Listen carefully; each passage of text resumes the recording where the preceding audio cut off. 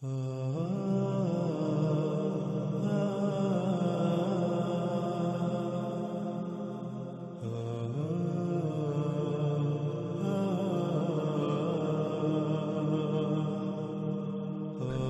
ناظرین، جیسا کہ ہم نے اس روایت میں رسول اللہ صلی اللہ علیہ وآلہ وسلم کے الفاظ کو دیکھا کہ رسول اللہ صلی اللہ علیہ وآلہ وسلم نے اس خام تیل کو، جسے آج انسان اپنے لیے مسیحا سمجھتا ہے، جس خام تیل کی وجہ سے پوری دنیا طرح طرح کی آسائشوں، سہولتوں اور آسانیوں سے مزین ہو چکی ہے،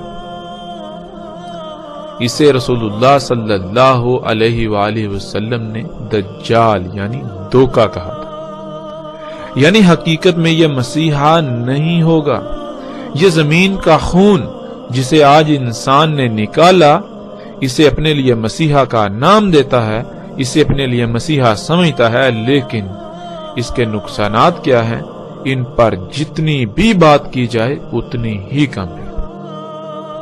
اسی خام تیل جس کو رسول اللہ صلی اللہ علیہ وآلہ وسلم نے جفال شر اور انسان کے لیے دجال کہا، اس کے نکالنے کی وجہ سے آج نہ صرف زمین جگہ جگہ سے دنس رہی ہے، بلکہ زمین کی پیدا کرنے کی صلاحیت متاثر ہو چکی ہے، اور اسی خام تیل کے نکالنے کی وجہ سے زمین کا توازن بگڑ چکا، جس کی وجہ سے زلزلے، طوفان اور آندیاں رہی ہیں، اور اس کے علاوہ اسی خام تیل کے نکالنے کی وجہ سے انتہائی بڑے بڑے غیر معمولی عوامل وقوع پذیر ہو رہے ہیں، جو عنقریب انسان کو ایک بڑی تباہی کی صورت میں اپنی لپیٹ میں لے لیں گے۔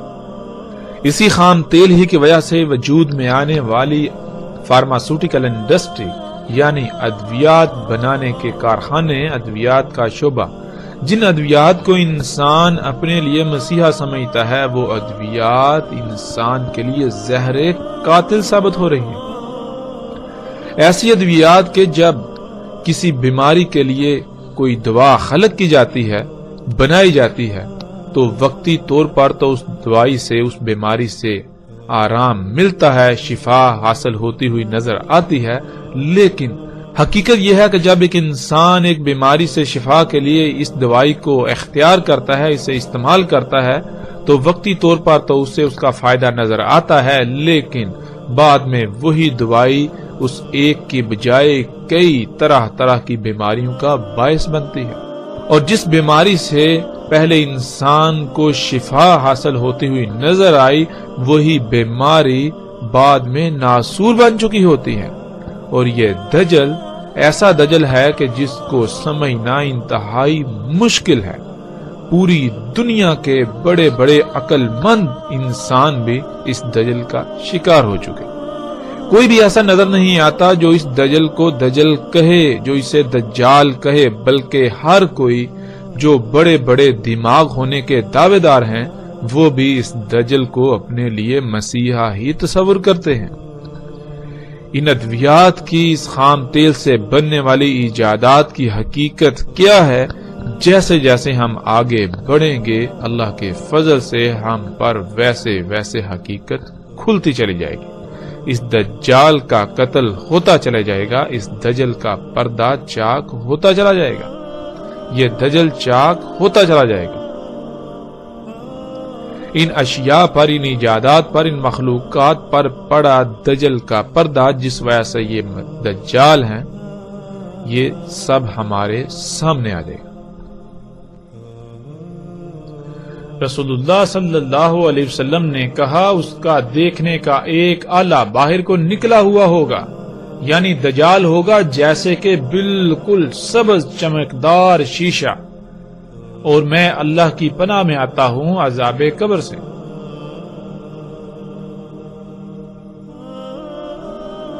ناظرین، اس روایت میں لفظ انبت استعمال ہوا ہے۔ یہ لفظ بہت وسیع اور بہت سی وسعتوں کا حامل ہے۔ ان میں غالب ترین معنوں کو ہم بیان کریں گے۔ ان میں پہلا معنی یہ ہے، انسانوں، جانوروں، درختوں، چرند پرند سمیت تمام جاندار مخلوقات میں مداخلت کرنے، خود خلق کرنے،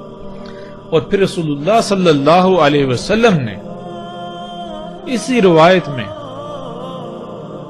دجال کے اس فتنے کو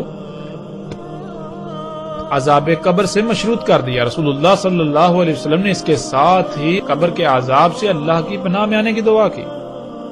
عذاب قبر کیا ہے؟ جب تک ہم اسے نہیں سمجھیں گے ہمیں اس بات کی سمجھ نہیں آئے گی.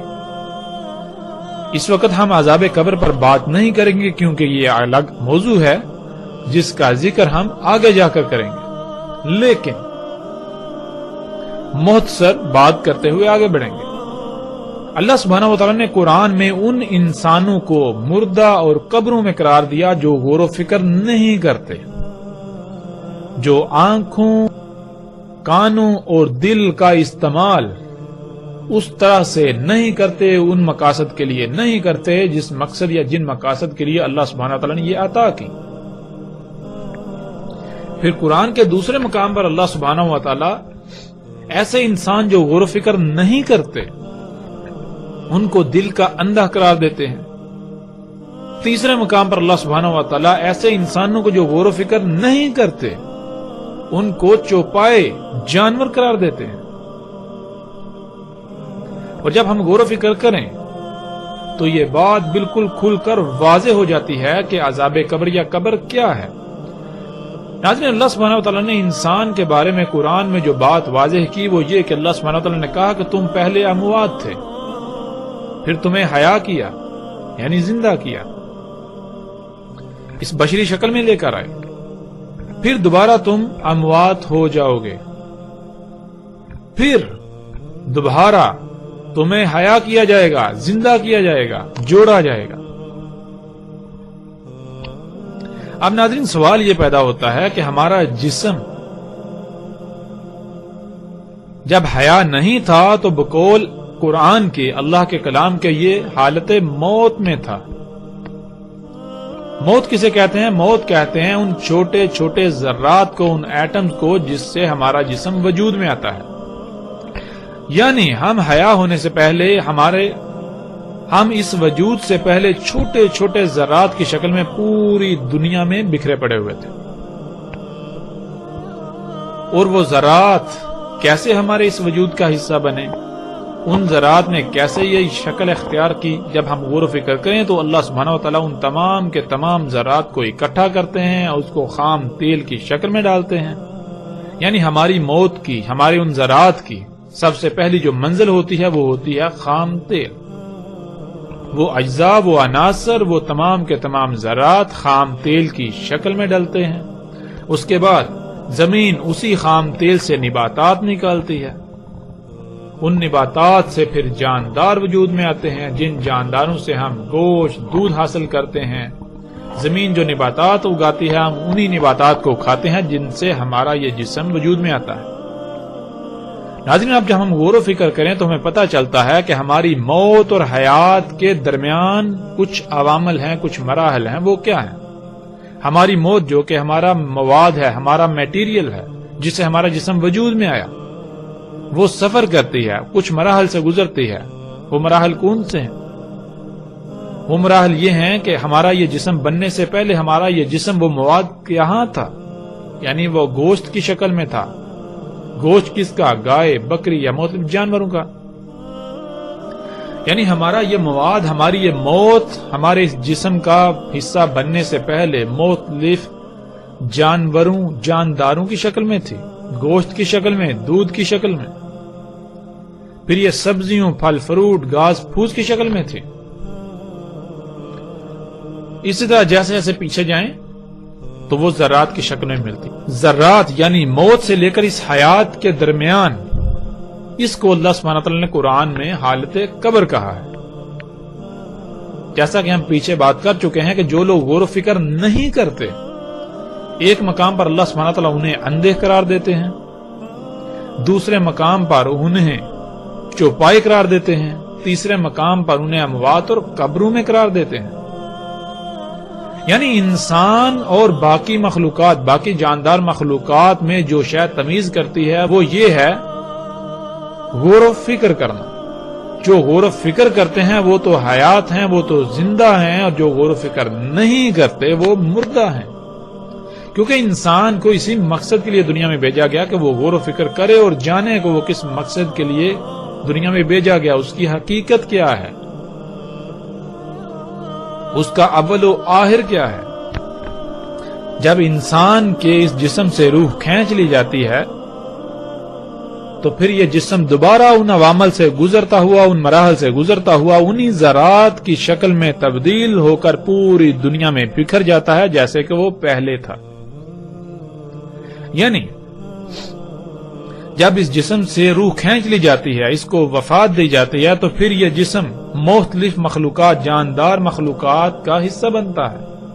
اس جسم کو مختلف کیڑے مکوڑے کھاتے ہیں، وہ کیڑے مکوڑے اور مخلوقات کی خوراک بنتے ہیں، یعنی ان کے وجود کا حصہ بن جاتے ہیں۔ اس طرح چلتے چلتے پیچھے چلتے چلتے ایک وقت ایسا آتا ہے جب دوبارہ انسان اسی حالت میں پلٹ جاتا ہے جس حالت میں وہ پہلے تھا، چھوٹے چھوٹے ذرات کی شکل میں وہ پوری دنیا میں بکھر جاتا ہے۔ تو ان ذرات میں بکھرنے سے لے کر اس جسم کے درمیان یعنی وفات ہونے کے درمیان جتنے بھی عوامل ہیں، انسان کا جسم جن جن مخلوقات کے وجود کا حصہ بنے گا وہ حالت قبر کہلاتی ہے۔ اور قرآن میں اللہ سبحانہ وتعالی یہ بات بھی واضح کر دیتے ہیں کہ جو اجسام طیب ہوتے ہیں، طیب اجسام سے نکلنے والی روح کے لیے آسمان کے دروازے کھول دیے جاتے ہیں، یوں وہ اوپر چلی جاتی ہے جنتوں میں۔ لیکن اس کے برعکس خبیث جسم سے نکلنے والی روح کے لیے آسمان کے دروازے نہیں کھولے جاتے، بلکہ اس روح کو واپس پلٹا دیا جاتا ہے۔ کون سا آسمان؟ پہلا آسمان زمین کا، جو کہ سطح زمین سے 12 کلومیٹر تک ہے۔ یعنی اگر کوئی انسان خبیث ہے، کسی انسان کا جسم خبیث ہے، اس سے نکلنے والی روح جب اس کو وفات دی جاتی ہے تو اس کے لیے آسمان کے دروازے نہیں کھولے جاتے، اسے واپس پلٹا دیا جاتا ہے۔ اور جب واپس پلٹا دیا جاتا ہے تو ناظرین جسم کو زندہ ہونا چاہیے تھا، ہم دیکھتے ہیں جسم زندہ نہیں ہوتا، تو پھر وہ روح کہاں جاتی ہے؟ وہ بجلی، وہ الیکٹرک جس نے ہمارے اس وجود کو زندہ کیا، وہ روح، وہ الیکٹرک، وہ بجلی پھر ان کو ایکٹیو کر دیتی ہے جو وجود، جو مخلوقات، جو جاندار، جو جانور وغیرہ ہمارے اس جسم سے وجود میں آتے ہیں، وہ ہے حالت قبر۔ تو پھر خبیث جسم سے کیا بنے گا؟ خبیث سے خبیث ہی وجود میں آئے گا۔ تو خبیث کون سے جاندار ہیں؟ ہم غور و فکر کریں، سانپ، بچھو، اس طرح طرح کے غلیظ اور خبیث جتنے بھی جاندار ہیں، گویا کہ یہ سب کے سب انسان کی حالت قبر ہے۔ انشاءاللہ ناظرین، اللہ کے فضل سے قبر کے عذاب کے اوپر قرآن سے آیات کی روشنی میں ہر پہلو سے، ہر لحاظ سے کھول کر بات کریں گے، لیکن آئندہ نشستوں میں الگ موضوع کے تحت۔ ناظرین، یہاں سوال یہ پیدا ہوتا ہے کہ رسول اللہ صلی اللہ علیہ وآلہ وسلم نے دجال کی اس سبزہ خوشحالی دکھانے والی آنکھ کو عذاب قبر سے مشروط کیوں کر دیا؟ اس کے ذکر کے فوراً بعد اللہ سے قبر کے عذاب سے پناہ میں آنے کی دعا کیوں کی؟ اس لیے کیونکہ آج یہی دجال کی آنکھ جو ہمیں سبزہ دکھاتی ہے، جو ہمیں خوشحالی دکھاتی ہے، وہ سبزہ نہیں ہے۔ آج یہی دجال کی آنکھ جو کچھ اللہ نے حرام کیا، جو خبیث ہے، اس کو مزین کر کے دکھاتی ہے، اس کو حلال بنا کر، طیب بنا کر پیش کر رہی ہے، اور پوری دنیا کے انسان ایسی خبیث خوراک کو اپنے جسم کا، اپنے وجود کا حصہ بنا رہے ہیں۔ اس بات سے غافل کہ جب اس جسم سے روح نکالی جائے گی تو اس کے بعد ان کے ساتھ کیا ہوگا؟ جب جسم خبیث خوراک سے، خبیث غذا سے وجود میں آئے گا تو اس جسم سے خبیث مخلوقات وجود میں آئیں گی جو کہ انسان کی حالت قبر ہوگی۔ ان مخلوقات کو جن مصیبتوں تکلیفوں کا سامنا کرنا پڑے گا، جن حالات کا سامنا کرنا پڑے گا، گویا کہ وہ آپ ہیں۔ ابھی تو اس کا شعور نہیں ہے، لیکن اس کا شعور انسان کو اسی وقت ہوتا ہے جب وہ شعور جو اس جسم میں داخل کیا گیا، جو اس جسم میں ہے، اس کو نکال کر ان مخلوقات میں ڈال دیا جائے گا۔ آج ہم دیکھتے ہیں پوری دنیا میں خبیث خوراک کو دنیا کے سامنے مزین کر کے پیش کیا جا رہا ہے، اور پوری دنیا اس خوراک کو اپنے جسم کا حصہ بنا رہی ہے۔ رسول اللہ صلی اللہ علیہ وسلم نے کہا تھا کہ کسی کے چہرے پر پھونک مت مارو، کھانے پر پھونک مت مارو۔ سوال یہ پیدا ہوتا ہے کہ کیوں؟ اس کا جواب یہ ہے، اس لیے کہ جب انسان پھونک مارتا ہے تو انسان کے جسم سے یا انسان کے منہ سے جو ہوا خارج ہوتی ہے، آج ہم اسے کاربن ڈائی آکسائڈ کا نام دیتے ہیں۔ آج اسے ہم کاربن ڈائی آکسائڈ کا نام دیتے ہیں، جو کہ انسان کے لیے نقصان دہ ہے۔ انسان جو ہوا خارج کرتا ہے، اگر یہی ہوا دوبارہ انسان کے جسم میں داخل ہوگی تو انسان کا جسم طرح طرح کی بیماریوں کا شکار ہوگا، اور اگر اس ہوا کی مقدار انسان کے جسم میں ایک حد سے تجاوز کر جائے تو انسان موت کا شکار بھی ہو سکتا ہے۔ یہی وہ وجہ تھی جس وجہ سے رسول اللہ صلی اللہ علیہ وسلم نے کہا تھا کہ کسی کے چہرے پر پھونک مت مارو، کھانے پر پھونک مت مارو۔ کیوں؟ اس لیے کہ جب تم کسی کے چہرے پر پھونک مارو گے تو اس پھونک میں کاربن کے ایٹمز، کاربن ذرات اس انسان کے سانس کے ذریعے اس کے جسم میں داخل ہو جائیں گے، جو اس کے لیے طرح طرح کی بیماریوں کا باعث بنیں گے۔ اور اگر تم کھانے پر پھونک مارو گے تو کھانے میں وہ کاربن کے ذرات جذب ہو کر تمہاری خوراک اس کھانے کے ذریعے جسم میں داخل ہوں گے اور جسم کو مفلوج کریں گے، بیماریوں کا شکار کریں گے۔ اور ناظرین، آج دجال کی یہ آنکھ پوری دنیا کو اسی گیس کو اپنے جسموں میں انڈیلنے کی دن رات دعوت دے رہی ہے، اور یہ آنکھ اسی گیس کو مزین کر کے دکھاتی ہے۔ آج اس آنکھ سے نظر آنے والے جو اشتہارات آپ دیکھتے ہیں مختلف مشروبات کے، جن میں کوک، پیپسی، مرنڈا اور اس طرح کے طرح طرح کے مشروبات شامل ہیں، ان میں جو گیس پائی جاتی ہے وہ بالکل وہی گیس ہے جو انسان خارج کرتا ہے، یعنی کہ کاربن ڈائی آکسائڈ گیس۔ رسول اللہ صلی اللہ علیہ وسلم نے اس کی معمولی سے معمولی مقدار سے بھی منع کیا، اس سے دور رہنے کی تلقین کی، لیکن آج انسان اس کے برعکس ایک بہت بڑی مقدار میں اسی گیس کو اپنے جسم میں انڈیلتا ہے اور پھر طرح طرح کی بیماریوں کا شکار ہوتا ہے۔ یوں وہ پھر ادویات کھاتا ہے، وہ ادویات جنہیں اپنے لیے مسیحا تصور کرتا ہے، وہی ادویات پھر مزید اس میں سائیڈ ایفیکٹس یعنی مزید بیماریوں کا شکار کرتے ہیں۔ پھر انسان اسی گن چکر میں دھنس کر رہ جاتا ہے۔ اس کے باوجود وہ ان تمام کی تمام اشیاء، ان تمام کی تمام ایجادات، ان تمام کی تمام مخلوقات کو اپنے لیے مسیحا تصور کرتا رہتا ہے۔ آج یہی دجال کی آنکھ طرح طرح کی خبیث خوراکیں جو ہمارے سامنے پیش کرتا ہے، ایسی مزین کر کے کہ پوری دنیا آج بڑے شوق سے ان خوراکوں، ان اشیاء کو کھادی، ان خوراکوں کو، اس غذا کو اپنے اجسام کا حصہ بناتی۔ قرآن میں اللہ سبحانہ و تعالی نے بہت سختی سے منع کر دیا۔ آج یہی دجال کی آنکھ پوری دنیا کے انسانوں کو ایسے بیج استعمال کرنے کی دعوت دیتی ہے کہ جو غیر فطرتی ہیں، جن بیجوں سے اگنے والی فصلیں، پھل، سبزیاں کھانے سے انسان طرح طرح کی بیماریوں کا شکار ہو رہے ہیں، طرح طرح سے مفلوج ہو رہے ہیں۔ ناظرین، یہی وہ وجہ تھی جب رسول اللہ صلی اللہ علیہ وسلم نے ذکر کیا اس سرسبز شیشے کی آنکھ کا، جو سبزہ دکھاتی ہے، جو خوشحالی و ہریالی و ترقی دکھاتی ہے، اس کی طرف دعوت دیتی ہے تو ساتھ ہی مشروط کر دیا قبر کے عذاب کو، ساتھ ہی اللہ سے عذاب قبر میں پناہ میں آنے کی دعا کی۔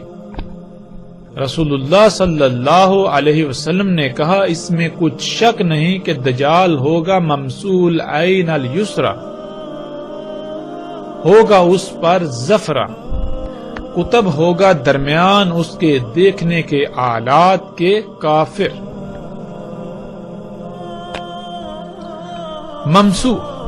ممسو کہتے ہیں بالکل سپاٹ، بالکل صاف، اتنا چمکدار کے بیچ سے عکس نظر آئے، گھس کر ایسے صاف کیا ہوا جیسے کہ چمکتا ہوا شیشہ، کچھ مٹا ہوا، کسی شے کو باریک بینی سے اس کے چپے چپے کو دیکھ کر نقشہ بنانے کی صلاحیت ہونا، یا جو دیکھنا اسے حفظ یعنی ریکارڈ کرنے کی صلاحیت ہونا، پوشیدہ اشیاء یا کسی بھی شے کی تلاش کے لیے کسی جگہ یا کسی بھی شے کا انگ انگ بہت ہی باریک بینی سے چھان مارنا، سکین کرنے والا۔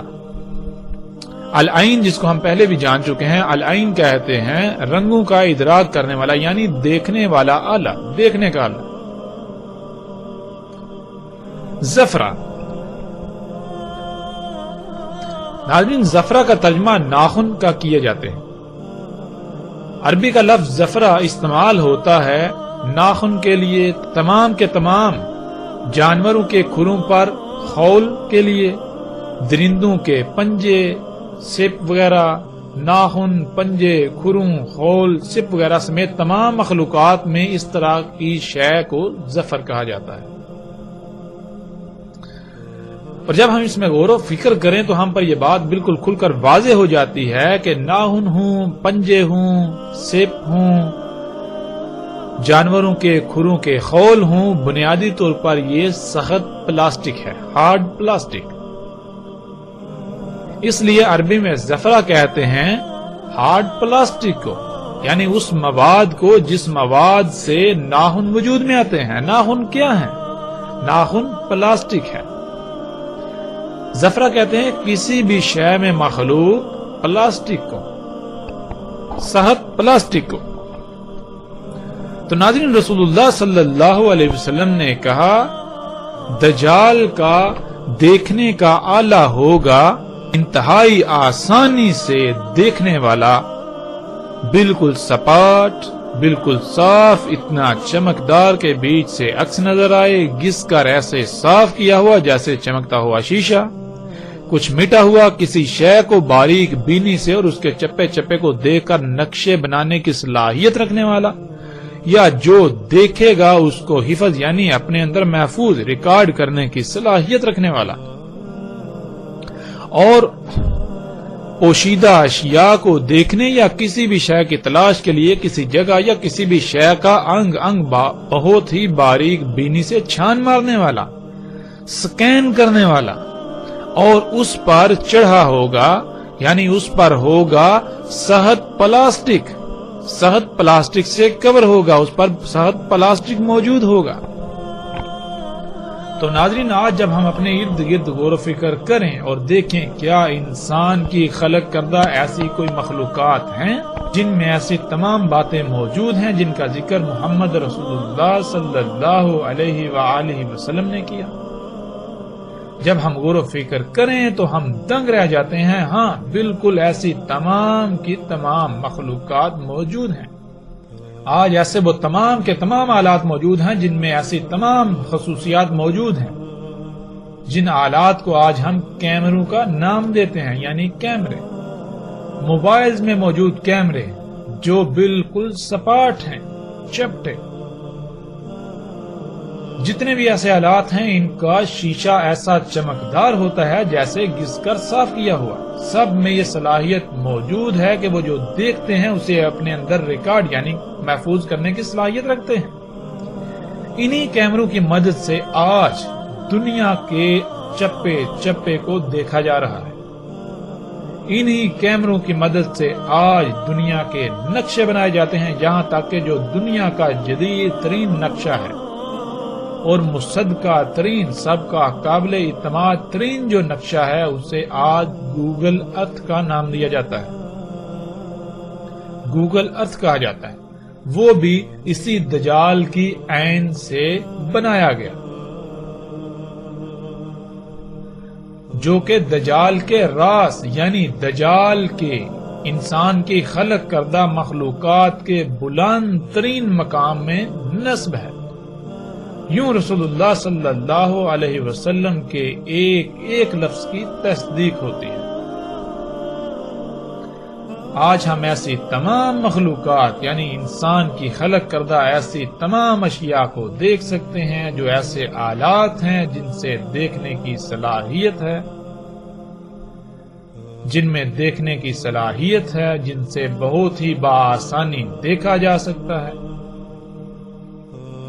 جو دنیا کے نقشے بنانے کے لیے، اشیاء کی سکیننگ کے لیے، دنیا کے چپے چپے کو دیکھنے کے لیے، خفیہ پوشیدہ اشیاء کو دیکھنے کے لیے، راتوں میں اندھیروں میں دیکھنے کے لیے استعمال ہو رہے ہیں۔ آج انسان ان تمام کے تمام آلات کو اپنے لیے مسیحا تصور کرتا ہے، لیکن رسول اللہ صلی اللہ علیہ وسلم نے ان سب کو دجال کہا۔ یہ سب کا سب حیات الدنیا ہے، یہ شیطان ہے۔ آج انسان اسی شیطان کے خطوات کی اتباع کر رہا ہے۔ آج انسان اسی حیات الدنیا، اس شیطان کے پیچھے پڑا ہوا، اسی کو دنیا میں آنے کا مقصد تصور کر چکا ہے، اور یہ بھول چکا ہے کہ وہ دنیا میں کس مقصد کے لیے بھیجا گیا۔ رسول اللہ صلی اللہ علیہ وسلم نے کہا اس کا یعنی دجال کا دیکھنے کا آلہ، انتہائی آسانی سے دیکھنے کا آلہ گویا کے با اعتماد سیارہ ہوگا۔ سیارہ یعنی ایک پلانٹ ہوگا۔ جب ہم کائنات میں غور و فکر کریں تو سیارے کیا کر رہے ہیں؟ ہر سیارہ اپنے اپنے مدار میں گھوم رہا ہے۔ جیسے ہماری زمین ایک سیارہ ہے اور سورج کو اپنا محور بناتے ہوئے اس کے گرد گھوم رہی ہے، بالکل اسی طرح رسول اللہ صلی اللہ علیہ وسلم نے کہا کہ دجال کا دیکھنے کا آلہ جو کہ انتہائی آسانی سے دیکھنے والا ہوگا وہ ایک سیارہ ہوگا، یعنی وہ کسی شے کو اپنا مرکز و محور بناتے ہوئے اس کے گرد اپنے مدار میں گھوم رہا ہوگا۔ آج ہم پر فرض بنتا ہے کہ ہم غور و فکر کریں، کیا ایسی کوئی شے موجود ہے؟ کیا ایسی کوئی شے انسان نے خلق کی؟ کیا انسان کی مخلوقات، انسان کی خلق کردہ مخلوقات، انسان کی ایجادات میں کوئی ایسی ایجاد ہے جو گویا کہ بالکل ایک سیارے کی طرح ہے، جو ایک سیارے کی طرح کسی بھی مقام کو اپنا مرکز و محور بنائے ہوئے اس کے گرد گھوم رہا ہے اور اس کے ذریعے سے دیکھا جا رہا ہے؟ اس میں دیکھنے کی صلاحیت ہے۔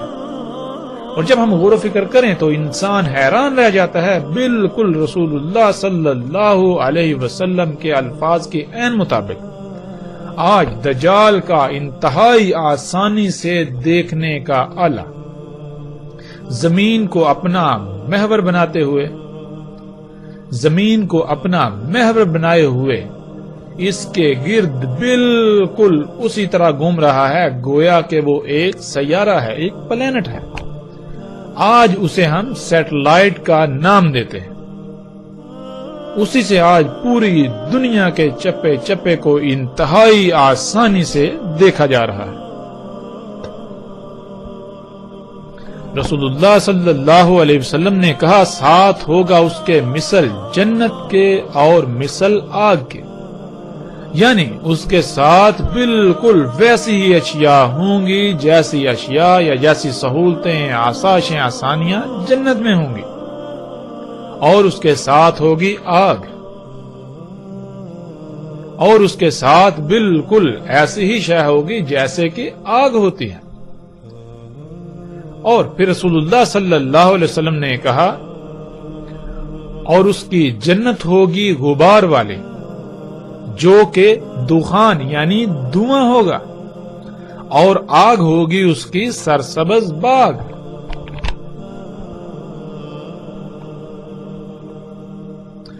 رسول اللہ صلی اللہ علیہ وسلم نے کہا، اور ساتھ ہوگا اس کے مثل جنت کے اور مثل آگ کے، اور جنت ہوگی اس کی غبار سے بری ہوئی جو کہ دھواں ہوگا، اور آگ اس کی سرسبز باغ ہوگی۔ سب سے پہلی بات تو یہ ہے کہ دجال کی جنت میں جو بھی داخل ہوگا، حقیقت میں وہ آخرت میں جہنم میں ڈالا جائے گا، اور جو دجال کی آگ میں کودے گا تو آخرت میں اللہ سبحانہ و تعالیٰ اسے جنت میں داخل کرے۔ اس کا ایک پہلو تو یہ ہے، لیکن اس کے علاوہ دنیا میں بھی دجال کی جنت حقیقت میں جہنم ہوگی، حقیقت میں دھویں سے بری ہوئی۔ جنت کسے کہتے ہیں؟ آسائشیں، سہولتیں اور آرام دہ جگہ کو، جہاں انسان کی خواہشات کی تکمیل ہو، جو انسان چاہے اسے حاصل ہو جائے۔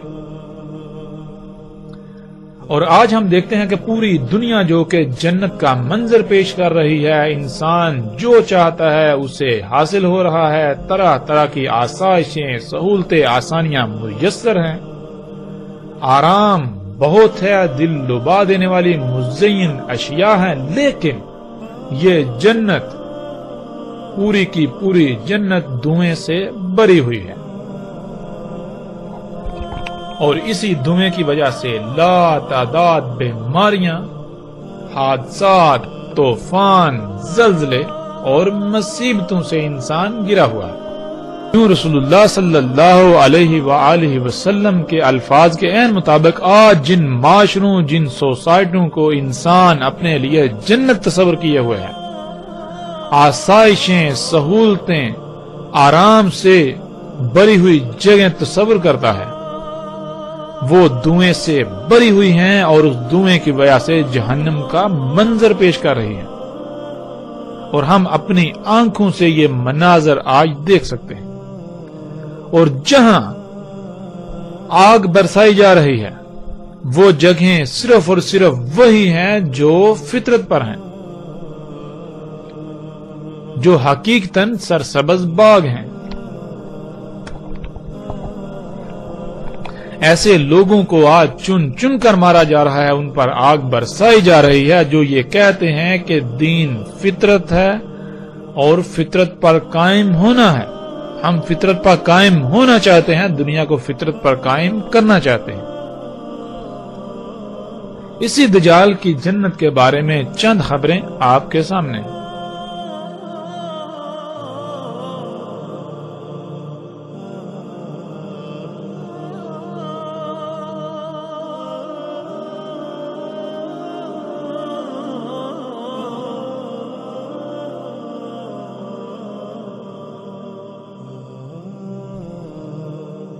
دجال کی جنت یعنی جدید سہولتوں، آسائشوں، آسانیوں سے مزین یہ جدید ترین معاشرے جو کہ دجال کی جنت ہے، لیکن در حقیقت وہ جہنم ہے۔ وہ جنت نہیں ہے، انسان اسے جنت سمجھتے ہیں، حقیقت میں وہ جنت نہیں۔